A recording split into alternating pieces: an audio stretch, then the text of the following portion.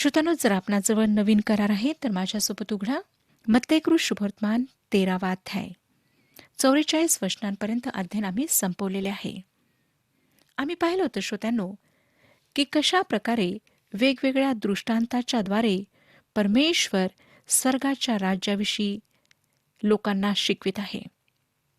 आम्ही पाहिलं होतं की शेवटला दृष्टांत त्याने निंदणाचा दिला आणि त्याने दाखवले की शेत हे जग आहे आणि चांगले बी हे राज्याचे पुत्र आहेत.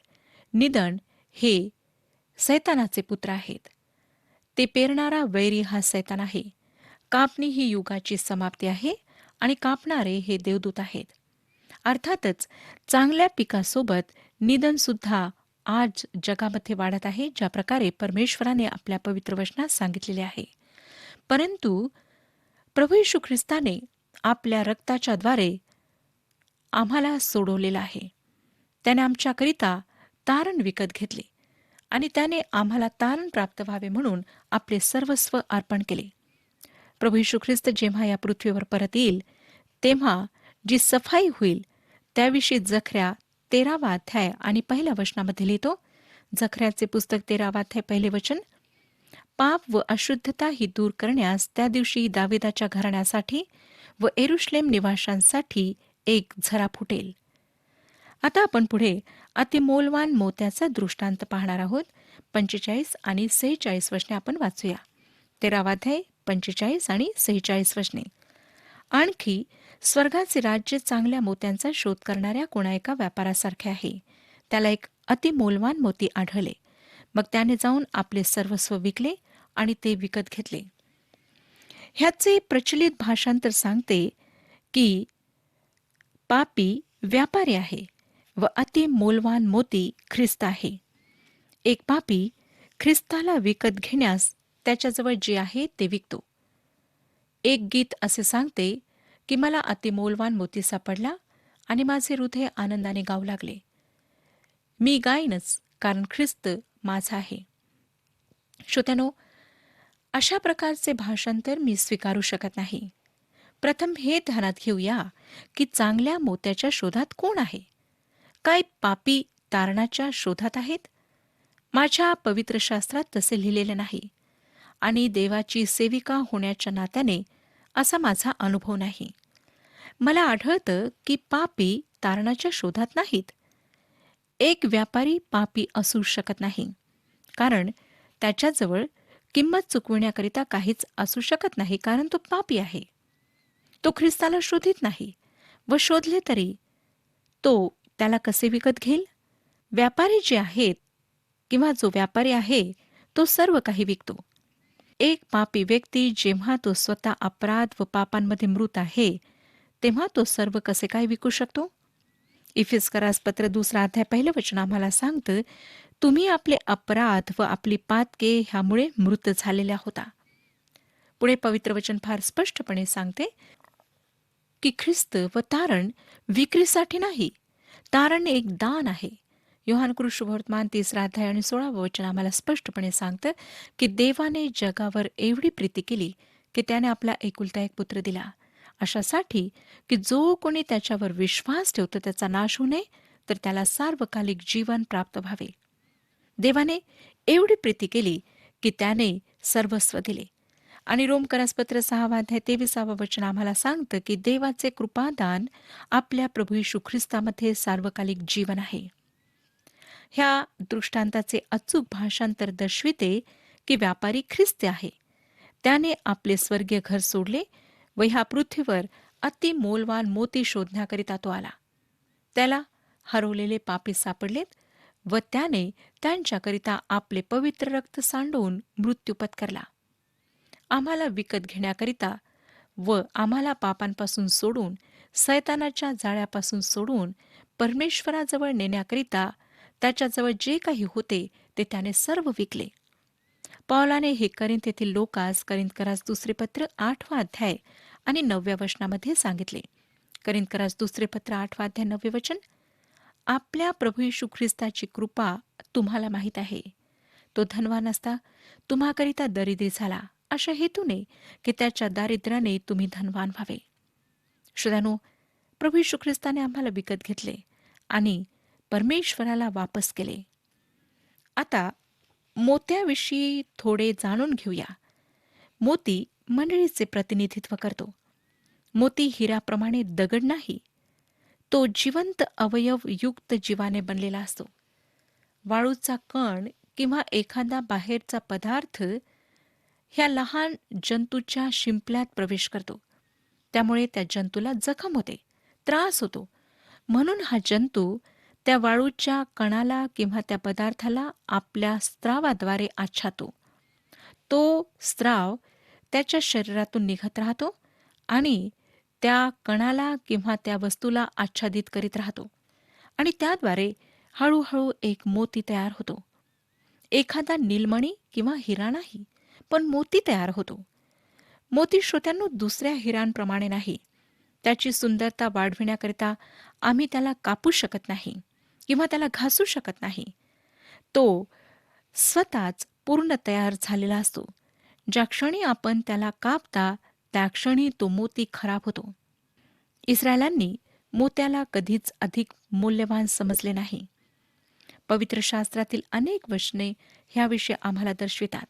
उदाहरणार्थ इयोबाचे पुस्तक 28 अध्याय आणि 18 वचन. इयोबाचे पुस्तक 28 अध्याय आणि 18 वचन.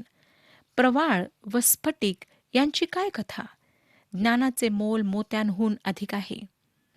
ज्ञानाचे मोल मोत्यांहून अधिक आहे. जरी यहुद्यांमध्ये मोत्याला मूल्यवान समजल्या जात नसे, तरी परराष्ट्रीयांमध्ये त्याला मूल्यवान समजला जाईल. जेव्हा प्रभूने अतिमोलवान मोत्याचे उदाहरण वापरले, तेव्हा नक्कीच त्याच्या शिष्यांना आश्चर्य वाटले असेल की त्याने हे का वापरले. प्राचीन काळच्या लोकांनी मोत्याला शुद्धता व निष्कपटता ह्यांचे चिन्ह मानलेले होते व मोती फक्त राजे व सत्ताधीश यांच्याकरिता योग्य समजल्या जात असत. आता ही माहिती लक्षात ठेवून आपण पुन्हा ह्या दृष्टांताकडे पाहूया. ख्रिस्त ह्या जगात व्यापारी म्हणून आला. त्याने मानवाचे पाप पाहिले व स्वतःच्या शरीरावर मानवाची सर्व पापे घेऊन वाहिले. आमची पापे ख्रिस्तावर लादण्यात आलीत, जी त्याच्याकरिता दुसऱ्यांचे ओझे होते. ते स्वतःचे ओझे नव्हते. त्याला आमच्याकरिता पाप करण्यात आले. यशायाचे पुस्तक 53 अध्याय आणि 5 वचन आम्हाला सांगतं. यशायाचे पुस्तक 53 अध्याय आणि 5 वचन. खरे पाहिले असता तो आमच्या अपराधांमुळे घायल झाला, आमच्या दुष्कर्मांमुळे ठेचला गेला. आम्हा शांती देणारी अशी शिक्षा त्यास झाली. त्यास बसलेल्या फटक्यांनी आम्हास आरोग्य प्राप्त झाले. पाप्यांना ख्रिस्ताने दिलेला प्रतिसाद लक्षात घ्या. तो आमच्या भोवती स्वतःच्या नीतिमत्वाचे आच्छादन करतो. स्वतःच्या नीतिमत्वाच्या शुभ्र वस्त्रांनी तो आम्हाला आच्छादित करतो. इफिस्करास पत्र 2 अध्याय आणि 10 वचन सांगतं, ख्रिस्त येशूच्या ठायी निर्माण केलेले असे आपण त्याची हस्तकृती आहोत. ख्रिस्त आम्हाला आता आम्ही जसे आहोत तसे पाहत नाही, परंतु एक दिवस आम्ही जसे होणार आहोत तसे पाहतो. इफिस्करास पत्र 5 अध्याय 27 वचनाप्रमाणे, आणि गौरवयुक्त मंडळी अशी ती स्वतःला सादर करावी, म्हणजे तिला डाग, सुरकुती किंवा अशासारखे काही नसून ती पवित्र व निर्दोष असावी. श्रोत्यांनो, मंडळीला प्राप्त करण्यासाठी ख्रिस्ताने त्याच्याजवळ जे काही होते ते सर्व विकले. योहानाचे पहिले पत्र 3 अध्याय 2 वचन सांगतं. योहानाचे पहिले पत्र 3 अध्याय 2 वचन. आपण आता देवाची मुले आहो आणि पुढे आपण काय होऊ हे अजून प्रकट झालेले नाही. तरी तो प्रगट होईल तेव्हा आपण त्याच्यासारखे होऊ हे आपल्याला माहीत आहे, कारण जसा तो आहे तसाच तो आपल्याला दिसेल. जेव्हा आपण पवित्र शास्त्राच्या शेवटच्या अर्थात प्रगटीकरणाच्या पुस्तकात येतो, तेव्हा आम्हाला नवीन येरुशलेमेचे वर्णन वाचायला मिळते. मंडळीचे भविष्यातील घर, त्या शहराच्या बाहेरची निशाणी पहा. फाटक मोत्यांनी बनलेले असे लिहिलेले आहे. हे काही दुर्घटनावश नाही श्रोत्यानो. ख्रिस्ताने त्याची त्या प्रकारे रचना केली आहे. तो व्यापारी आहे. जेव्हा त्याला अतिमोलवान मोती मिळाला तेव्हा जवळचे सर्व काही विकून त्याने तो खरीदला. पुढे 47 ते 49 वचने सांगतात, आणखी स्वर्गाचे राज्य समुद्रात टाकलेल्या एखाद्या जाळ्यात सर्व प्रकारचे जीव एकत्र सापडतात त्यासारखे आहे. ते भरल्यावर माणसांनी ते किनाऱ्याकडे ओढले आणि बसून जे चांगले ते भांड्यात जमा केले, वाईट ते फेकून दिले. तसे युगाच्या समाप्तीस होईल. देवदूत येऊन नीतिमानातून दुष्टांना वेगळे करतील. तसे युगाच्या समाप्तीस होईल. पवित्र शास्त्र ह्या जगाच्या अंताविषयी शिकवण देत नाही. हे खरे आहे की वेळ, समय, काळ राहणार नाही, परंतु अनंत काळ सुरू होईल. युगाची समाप्ती म्हणजे येशू ख्रिस्त ह्या पृथ्वीवर राज्य स्थापित करण्याकरिता पुन्हा येईल ती वेळ. 50वे वचन. आणि त्यांना अग्नीच्या भट्टीत टाकतील, तेथे रडणे व दात खाणे चालेल. श्रोत्यानो, ह्या भागात हरवल्या जाणे किती भयंकर गोष्ट आहे हे आमचा प्रभू स्पष्ट करतो. विज्ञानावर आधारित एक पेपर वाचण्यात मला फार रुची होती, ज्यात काही लोकांनी अनेक क्षेत्राविषयी वैज्ञानिक पुरावे दिले होते. आणि त्यांचा मुद्दा हा होता की विज्ञान अनेक बाबींबद्दल निश्चित नाही. उदाहरणार्थ, त्यांना अणुबॉम्बचा स्फोट झाल्यास काय होईल ह्याची निश्चिती नव्हती. गर्भनिरोधक गोळ्यांचा काय परिणाम होईल ह्याविषयी ते निश्चित नव्हते. व अशा प्रकारच्या अनेक गोष्टी त्यांनी नमूद केल्या होत्या.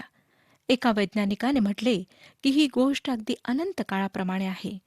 स्वर्ग किंवा नरक आहे किंवा नाही हे आपण सांगू शकत नाही, परंतु हे निश्चित करा की तुम्ही स्वर्गात जाल, कारण जर ते चूक असले तरी ठीक आहे, परंतु जर आपण चूक कराल तर आपणाकरिता ते फार वाईट होईल. आमच्या प्रभूने स्पष्ट केले की नक्कीच ते फार वाईट असणार.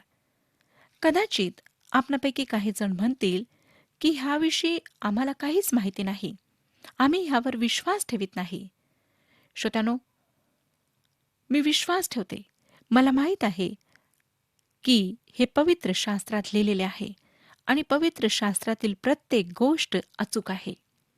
पवित्र शास्त्र बाकी सर्व बाबतीत जे काही सांगण्यात आले त्यात इतके अचूक आहे की त्यामध्ये कोणीच चूक दाखवू शकले नाही. माझ्या स्वतःच्या जीवनात सुद्धा ते खरे ठरले आहे. नरकाचे जे वर्णन आहे ते सुद्धा अगदी अचूक आहे हे मी गृहीत धरते. आणि माझी आपणाला विनंती आहे की आपण सुद्धा पवित्र शास्त्राच्या अचूकतेवर विश्वास ठेवावा. जर आपणाला सांगितले की पूर येणार आहे तर आपण काय कराल?